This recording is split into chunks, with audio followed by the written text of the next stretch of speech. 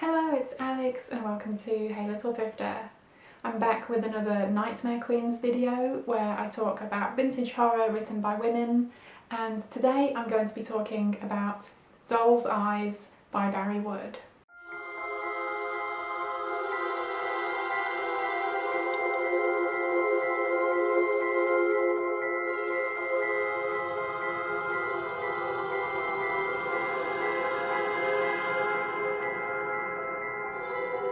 Doll's Eyes by Bari Wood was originally published in 1993, and it does say thriller on the cover, but I think this crosses over into horror enough to warrant including in this series. In a similar way to The Silence of the Lambs or Headhunter by Michael Slade, it kind of crosses the genres of thriller and horror.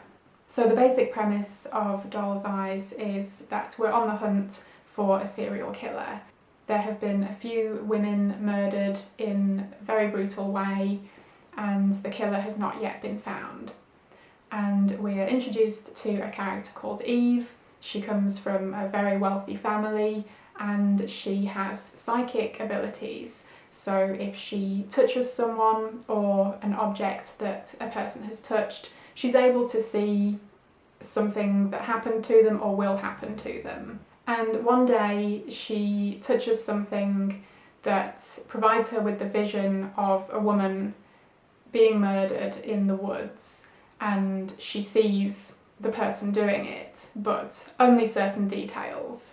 We are also introduced to the detective who is on the case looking for this killer, Detective Dave Latofsky. So Eve ends up going to the police with the information she has about this killer, and of course these psychic abilities are initially dismissed, but she's able to provide other information about other people, and the detective starts to believe her and tries to use the information she's provided to track down this serial killer. The story does flit around from character to character, so we get some parts of the story from Eve's perspective, some from Latofsky's perspective, and also some from the killer's perspective. And we know quite early on who the killer is, and he is an upstanding member of the community and definitely not someone that anyone would suspect being capable of these crimes. And not only is Eve able to use her psychic abilities to find out more about this killer and try and figure out exactly who he is and how to track him down, but the killer is aware that someone is watching him, so he is also trying to track down Eve.